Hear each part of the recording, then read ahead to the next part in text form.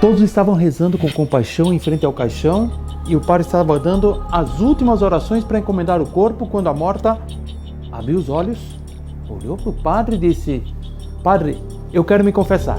Imaginem a cena. As pessoas ficaram apavoradas, muitos fugiram. Mas o padre permaneceu calmo. Quando terminou a confissão, o padre convidou as pessoas para retornarem e a mulher disse: Padre, eu esperava ser condenada a uma punição muito severa.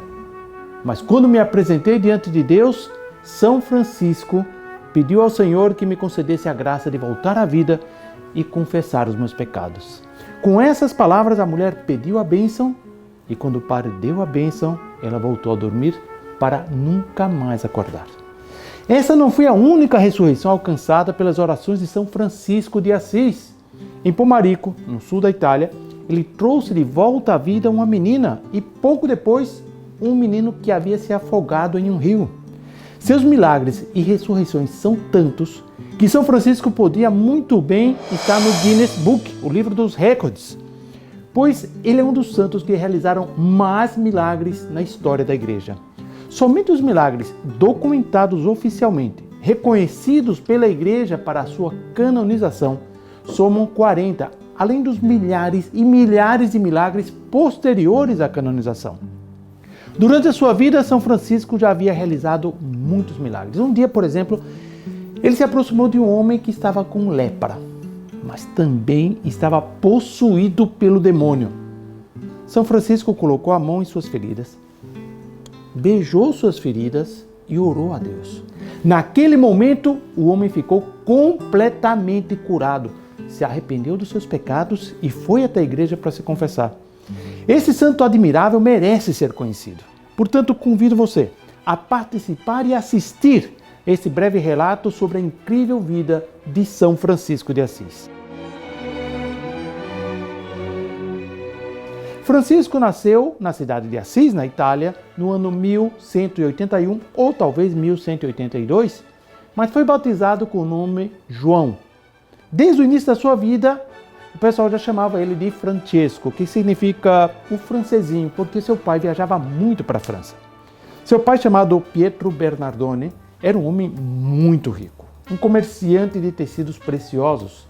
E em sua juventude, com essa facilidade, Francisco levava uma vida mundana, despreocupada. Mas tudo mudou quando ele passou por uma profunda transformação espiritual que o levou a renunciar à riqueza e seguir os passos de nosso Senhor Jesus Cristo de forma radical. Francisco, quando era jovem, passou um tempo na vida militar. Ao participar, por exemplo, da Batalha de Ponte San Giovanni, foi feito prisioneiro e passou pelo menos 1 ano na cadeia. Ele também lutou no exército dos Estados Papais contra os invasores germânicos.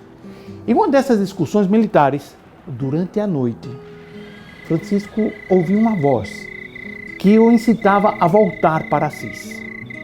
Ele acreditou e voltou.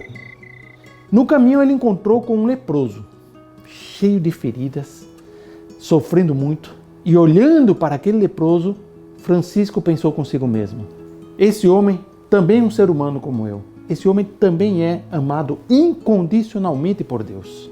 Esse sentimento repentino transformou completamente o coração de Francisco e ele decidiu mudar de vida. Começou a viver de forma austera, pobre e tendo a nosso Senhor Jesus Cristo como modelo da perfeição humana. Esse era o seu guia. Naquela época, a igreja estava passando por uma crise muito profunda e precisava realmente de uma grande reforma interna. Nessa situação, enquanto rezava diante do Senhor crucificado, Francisco escutou a voz de Jesus que lhe pedia que reformasse a sua igreja que já estava em ruínas, dizia Jesus para ele. Francisco, no momento, entendeu que se tratava do templo material. Portanto, vendeu o belo cavalo que ele tinha, algumas das melhores roupas da loja do seu próprio pai, para consertar a igreja de São Damião. O padre acolheu a São Francisco, mas não aceitou o dinheiro. Esse dinheiro pertence a seu pai. Quando seu pai soube disso, ficou furioso. Ele foi na igreja, prendeu Francisco, o espancou furiosamente, colocou corrente nos seus pés e o trancou num quarto. Graças a Deus, a sua mãe se encarregou de libertá-lo. E Francisco voltou para a igreja de São Damião. O pai voltou a ficar furioso, foi até a igreja para buscá-lo, espancou diante de todas as pessoas e levou Francisco diante do bispo para reclamar. Nesse momento, São Francisco teve um ato heróico. Ele deu tudo o que tinha, até as próprias roupas ele tirou e entregou para o pai e disse: aqui está, pai, tudo o que lhe pertence está aqui, agora eu pertenço a Deus. O bispo deu para ele um traje de agricultor e traçou uma cruz no seu peito com um pedaço de giz. Algum tempo depois, Francisco se mudou para uma pequena capela chamada Porciúncula, que fica bem perto de Assis. Ele não levou nada com ele, até mesmo as sandálias que ele tinha. O cajado que ele tinha, ele deu para os pobres, ficou só com a sua túnica. O seu exemplo foi conhecido por toda a cidade e jovens das famílias mais ricas de Assis o procuravam para compartilhar sua vida de pobreza. Quando já havia juntado 12 deles, Francisco escreveu uma pequena regra e enviou para o Papa, que era Inocêncio III.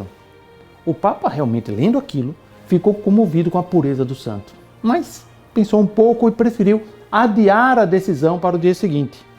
Naquela mesma noite, o Papa sonhou que a Basílica de São João de Ladrão estava ameaçando desabar. E um homenzinho muito parecido com Francisco estava segurando a Basílica para que ela não caísse. No dia seguinte, o Papa aprovou a regra sem nenhuma hesitação, confiando aos franciscanos a missão de pregar a penitência. Depois de passar algum tempo em uma cabana muito pobre, o abade de Porciúncula deu para eles aquela pequena capela onde nasceu a Ordem de São Francisco, baseada na pobreza e no total desapego às coisas materiais. Eles trabalhavam nos campos vizinhos e pediam também esmolas. Mas um detalhe, nunca aceitavam dinheiro. A ordem cresceu tanto que quando São Francisco morreu aos 44 anos, já havia 5.000 frades franciscanos. Ao longo de sua vida, São Francisco de Assis testemunhou e foi protagonista de inúmeros milagres que confirmaram a sua santidade. Desde a cura de doentes até o controle de lobos selvagens que aterrorizavam a população. Deus se tornou visível por meio deste homem. Um dos episódios mais conhecidos é o das chagas de Cristo, em que São Francisco experimentou os estigmas da paixão de Jesus, tornando-se assim a primeira pessoa estigmatizada na história da igreja. O fato foi testemunhado por Frei Leão. Frei Leão viu um serafim descendo do céu enquanto São Francisco estava em oração. Frei Leão pôde ver que ele carregava os estigmas de Cristo que permaneceram impressos em São Francisco, em suas mãos, em seus pés e no seu lado. Em uma ocasião, Francisco foi à cidade de Arezzo, que estava em uma terrível guerra interna. O santo viu sobre a cidade numerosos demônios que gritavam de alegria e incitavam os cidadãos para se matarem uns aos outros. Ele chamou o irmão Silvestre, que o acompanhava, e disse: irmão, vá até as portas da cidade e, em nome de Deus Todo-Poderoso, ordene aos demônios, por santa obediência, que saiam imediatamente. Silvestre obedeceu. Foi aí, fez o que São Francisco havia mandado e os demônios fugiram, deixando a cidade apaziguada e serena. Sua santidade foi testemunhada pelo próprio Deus durante sua vida. Enquanto São Francisco estava acompanhado de seu irmão, Frei Pacífico, o frade entrou em êxtase e, olhando para o céu, viu vários tronos. Um deles estava particularmente mais bonito que os outros. E quando se perguntou de quem seria aquele trono tão bonito, uma voz lhe disse: esse trono pertencia a um dos anjos caídos e agora está reservado para o humilde Francisco. Graças a São Francisco, o Santo Sepulcro de Nosso Senhor Jesus Cristo ainda hoje está aberto aos cristãos. De fato, na época das Cruzadas, São Francisco apareceu diante do temível sultão do Egito que liderava o exército sarraceno contra os cristãos. Ele começou a pregar falando-lhe sobre Jesus. Em seguida, convidou a abandonar a lei de Maomé e a se converter à fé de Cristo. Para testar qual das duas religiões era verdadeira, Francisco propôs um desafio. Mandou fazer uma grande fogueira com mais ou menos uns 20 metros de comprimento e disse: agora os sacerdotes muçulmanos vão passar nessa fogueira e eu também vou passar. Aquele que sair vivo será o seguidor do verdadeiro Deus. Imagine os sacerdotes muçulmanos como ficaram, horrorizados, apavorados. Por favor, sultão, não quero passar aqui. Então São Francisco disse ao sultão: muito bem, se o senhor prometer que vai se converter a nosso Senhor Jesus Cristo, se eu sair ileso desse fogo, eu irei agora mesmo e passarei pela fogueira. O sultão, quando viu aquilo, respondeu que não se atrevia a aceitar, porque ele temia a revolta do povo, e ofereceu muitos presentes valiosos, mas São Francisco não aceitou.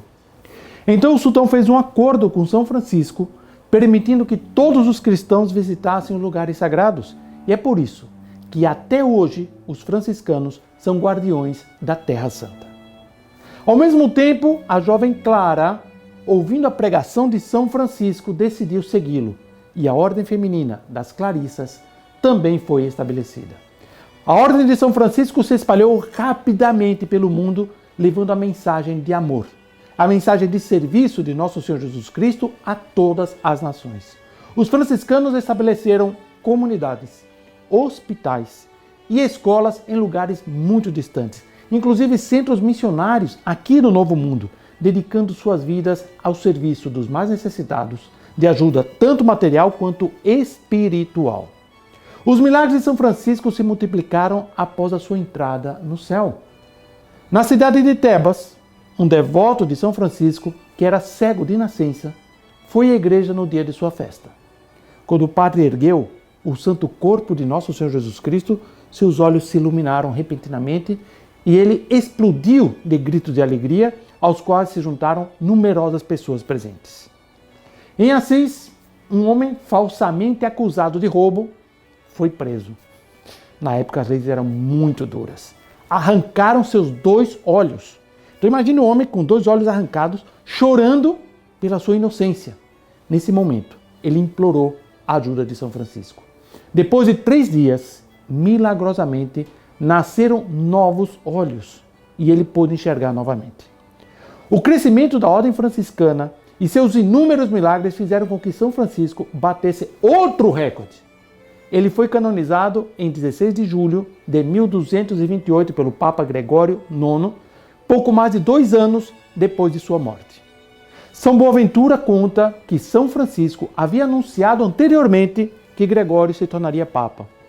Mas Gregório tinha algumas dúvidas sobre a ferida do lado de Francisco. Certa noite, o santo lhe apareceu em sonho com uma certa severidade no rosto e repreendeu.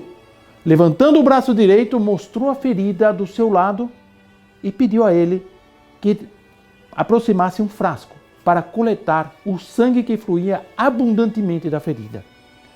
O sumo pontífice, em sonho, entregou o frasco solicitado e viu que o frasco se encheu completamente até a borda, um sangue vivo que saía do lado de São Francisco.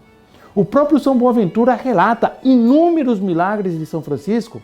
O exemplo de São Francisco de Assis nos convida, a nós, a confrontar nossa própria vida.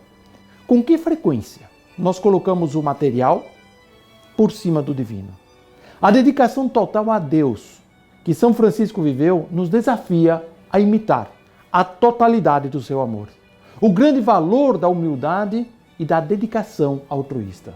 O seu exemplo nos desafia a viver de forma mais autêntica, mais comprometida com o Evangelho de nosso Senhor Jesus Cristo, seguindo seus passos de modo fiel e constantemente. Que a vida de São Francisco e os seus ensinamentos continuem a nos inspirar, a imitar as suas virtudes e a levar uma vida de serviço, uma vida de amor a Deus e a sua Santa Igreja. Salve Maria!